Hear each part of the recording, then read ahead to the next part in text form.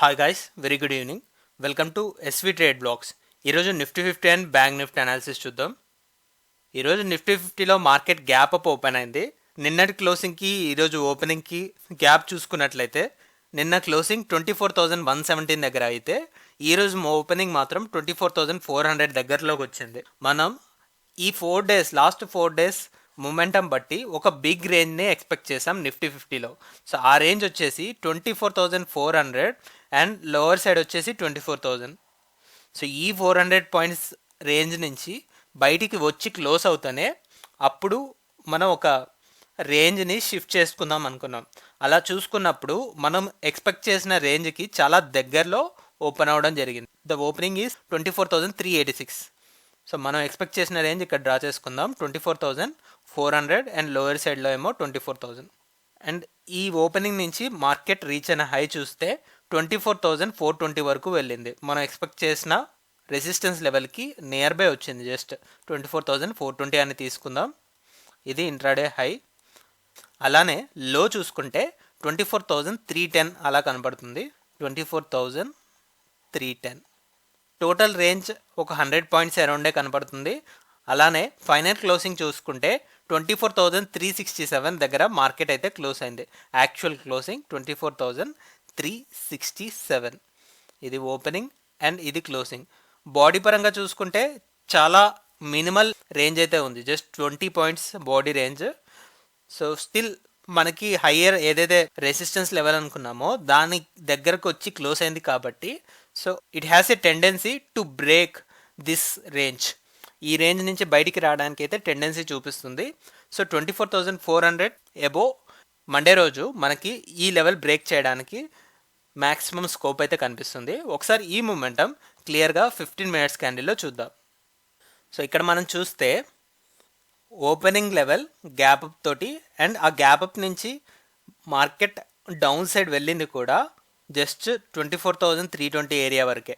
And body పరంగా మనం చూసుకున్నట్లయితే అప్పర్ సైడ్ ఈ ఫస్ట్ 2 క్యాండిల్స్లోనే 24,400 లెవెల్ని హిట్ చేయడం జరిగింది. సో ఆల్రెడీ మనం 24,400ని ఒక రెసిస్టెన్స్ లాగా మాట్లాడుకున్నాం. ఒక బిగ్గర్ రేంజ్ ఎక్స్పెక్ట్ చేసి 24,400ని రెసిస్టెన్స్ లాగా మాట్లాడుకున్నాం. సో ఈ 24,400 నియర్ బై ఒక రెసిస్టెన్స్ లాగానే మార్కెట్ యాక్ట్ చేస్తూ ఫస్ట్ 15 మినిట్స్ క్యాండిల్లో ఏదైతే లో రీచ్ చేసిందో అది ఒక మంచి సపోర్ట్ ఏరియా లాగా మార్కెట్ తీసుకుంటూ 24,320 అరౌండ్ ఈ లెవెల్ దగ్గర సపోర్ట్ తీసుకుంటూ ఒక స్మాల్ రేంజ్లో కన్సోలిడేట్ అవుతూ క్లోజ్ అయింది. సో ఈ కన్సోలిడేషన్ తోటి మనం చెప్పొచ్చేది ఏంటంటే కొద్దిగా సెల్లింగ్ ప్రెషర్ అయితే కనుమరుగైపోయింది. సో మండే మార్కెట్లో ఇలాంటి సినారియోనే కనపడింది అంటే మనకి 24,400 అబో ఒక ఇంట్రాడే క్లోజింగ్ అనేది వస్తుంది. సో దాన్ని బట్టి మన రేంజ్ అనేది షిఫ్ట్ చేసుకోవచ్చు. So that's for Nifty 50. ఇప్పుడు బ్యాంక్ నిఫ్టీ అనాలిసిస్ చూద్దాం. బ్యాంక్ నిఫ్టీ కూడా మనం నిన్న కామన్గా ఒక 1,000 పాయింట్స్ రేంజ్ ఎక్స్పెక్ట్ చేసాం. సో అది ఇక్కడ టాప్ లెవెల్లో 50,500 అండ్ లోవర్ సైడ్ వచ్చేసి 49,500.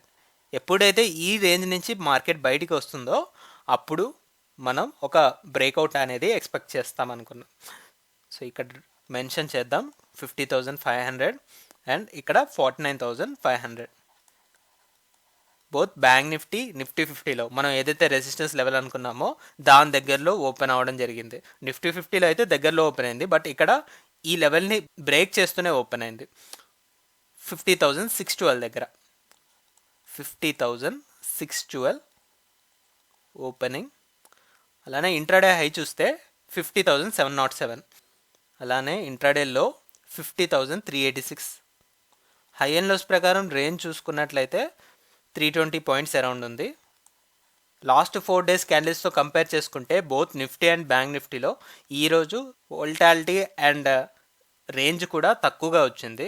ఫైనల్గా మార్కెట్ క్లోజ్ అయిన ఏరియా వచ్చేసి 50,484.